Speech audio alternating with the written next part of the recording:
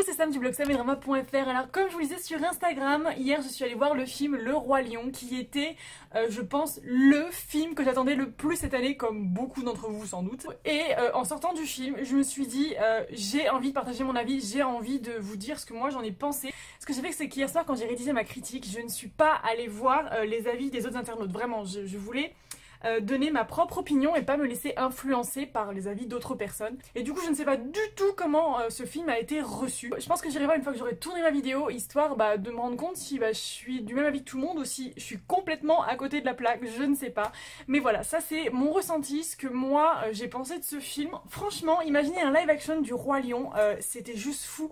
Quand on regardait les bandes annonces, les images, elles étaient mais incroyables, enfin le réalisme des personnages, enfin les fourrures, on avait l'impression qu'on pouvait les caresser tellement c'était bon. J'avais très hâte de voir ça, surtout que ça avait l'air de vraiment coller au film original. Et peu importe au passage si Disney nous prenait pour des gros pigeons en me proposant un film qu'il avait juste copié-collé en images de synthèse par rapport à la version originale. Moi vraiment j'avais qu'une hâte, c'était de voir le résultat. Et premièrement, dès les premières minutes, même les premières secondes, la chose qui m'a frappée, c'est la photoréalisation. La qualité des images, c'était aussi beau que ce que nous avait promis la bande-annonce. On avait clairement l'impression que ces animaux étaient réels, c'était juste fou. Les poils, la brillance de leurs yeux, les paysages. Pour moi, c'est l'illustration parfaite de ce qu'on est capable de faire avec un gros budget aujourd'hui, et c'est vraiment canon. Le deuxième point qui m'a assez vite frappé, c'est ô combien le film est calqué sur l'original. Je prenais grave du plaisir à revisionner en fait le film de mon enfance. Enfin, c'était vraiment à des moments clairement plan par plan. La moindre petite scène était remise mais juste modernisée en images. Sauf que du coup le petit hic c'est que dès que la version de 2019 s'éloignait un tout petit peu de la version de base, moi ça me sautait aux yeux. Je connais le film par cœur, je connais les répliques par cœur, je connais les chansons par cœur.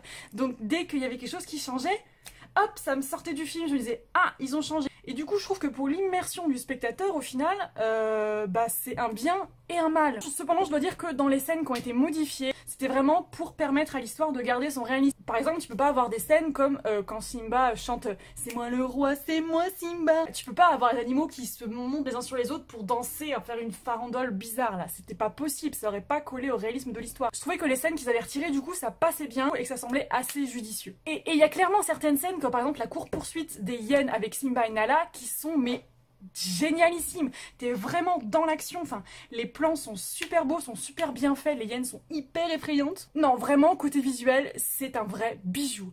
Là où on en vient pour moi au gros problème du film, c'est la transmission des émotions. En fait, plus les minutes passaient, plus je me rendais compte qu'il y avait un problème. Parce qu'en fait, au final, à vouloir trop faire réel, à vouloir trop rendre ces lions réalistes, on en perdait toute cette transmission des émotions qui passe par un sourire, qui passe par une larme. Et du coup, moi qui suis d'une très grande émotivité et qui pleure pour rien, et bien devant la mort de Mufasa, la scène que je redoutais mais comme jamais, et j'ai pas versé une seule larme les gars, mais rien, c'était la sécheresse. Alors que normalement quand je regarde l'original, je suis là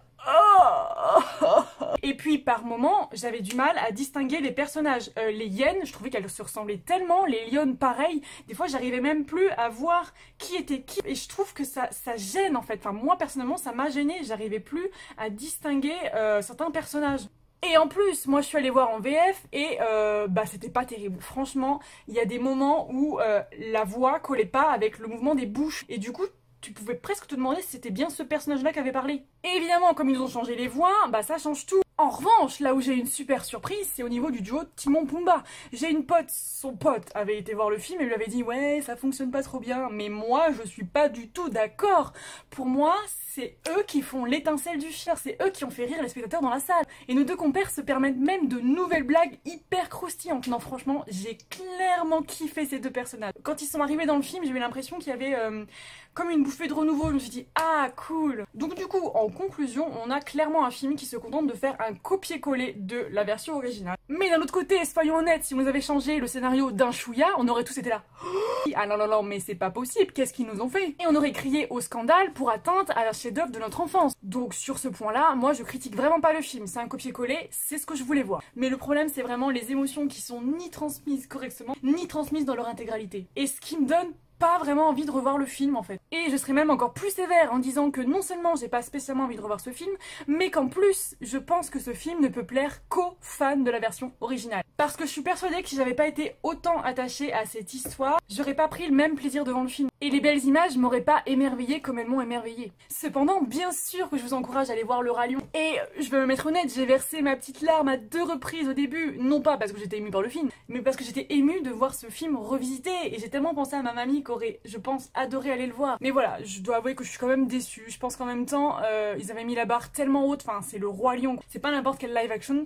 Donc bon. J'attends de voir Mulan, apparemment il collerait pas mal à l'histoire de base. L'actrice chinoise qui a été choisie, elle est juste terrible, donc j'ai vraiment très hâte. Je suis juste trop dégoûtée qu'il n'y ait pas Mouchou et qu'il n'y ait pas ces poteaux aussi de l'armée. Donc bon, voilà, faut voir. Mais j'ai très hâte. Donc voilà, c'est tout pour moi. N'hésitez pas à me dire en commentaire si vous avez vu Le Roi Lion ou si vous prévoyez d'aller le voir et ce que vous en pensez. Attention, pas de spoil dans les commentaires ou alors vous mettez attention spoil. Et moi je vous fais plein de bisous, je vous dis à très vite pour une prochaine vidéo. Salut, popo, bye bye.